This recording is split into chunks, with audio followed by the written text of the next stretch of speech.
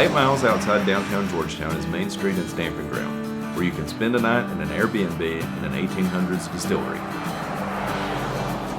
Buffalo Springs Distilling Company got its start in 1868 on this site, very close to the spring, which the town sprung up around Buffalo Springs. During Prohibition, which was 1920 to 1933, there were only 6 companies in the United States that were allowed to keep producing alcohol for medicinal purposes. This was one of them. And then during World War II, Buffalo Springs Distilling Company was used to discover some things that people had no idea even existed. Okay, the majority of these facts are taken from the History of Scott County by Ann Bevins. During World War II, the distillery was used as a research facility to support the war effort. During that time, the distillery discovered a method to extract vitamin B12 from distillery waste. In 1942, they developed a process for making ethanol without needing copper, which was hugely important because of the need for copper for the war effort. 1944, developed a protein concentrate from byproducts of MASH waste. And then after the war, they developed an effluent sewage treatment system. And I think now these might seem like not big things to us, but significant technology has been built on these early discoveries. My husband Rob and I own this. We bought it about 6 years ago. Been renovating it, and it's a very special place to us. This building was the office and gatehouse for any visitors that came to the property, and there's been a lot of really nice records and firsts and inventions that have come through this office that happened over there in the laboratory at the distillery. So it was our aim to highlight that. Even though the distillery is gone, I mean, we still have this part of it left. We just wanted people to know about this place. It's a very special place, and we wanted to be able to save it because it had some challenges as far as what was going on with the structure.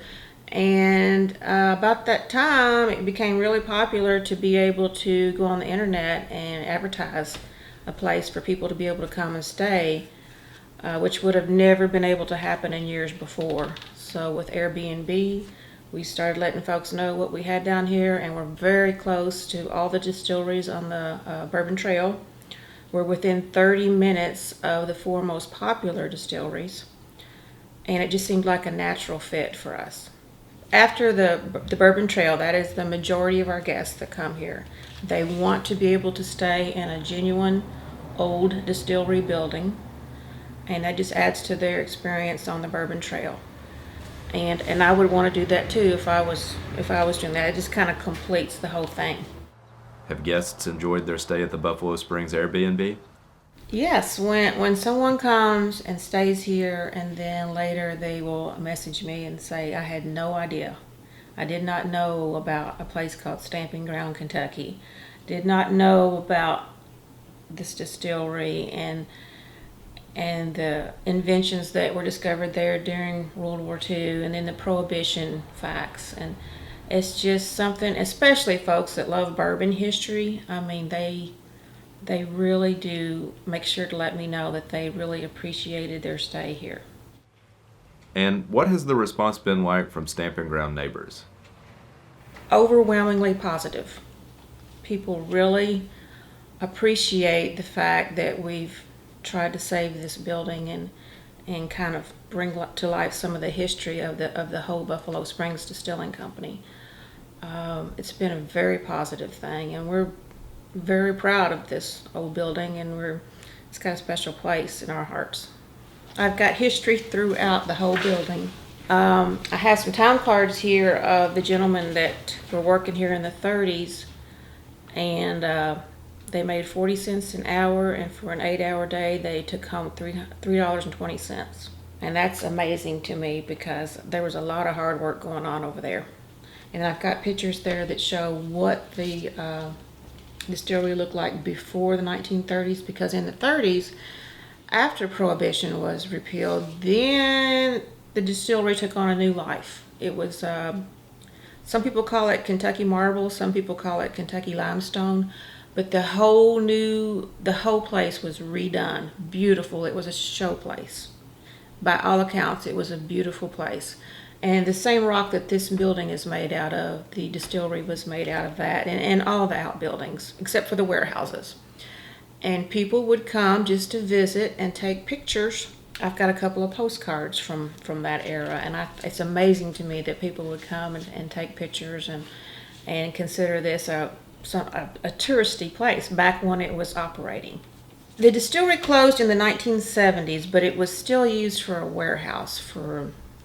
It still had a lot of product for several years. I think during that time that maybe, downsizing and locations to interstates and all the different things that come with progress might have led to the closure of the distillery. Being bought out by a larger company that wanted to maybe concentrate on a different area as far as their headquarters. I think it was probably a combination of all of those factors. Stamping Ground is a wonderful place. It's got a multitude of history that is largely unknown, and it has a special heart. I have a special place in my heart for it, and I want to share it with anyone who's interested.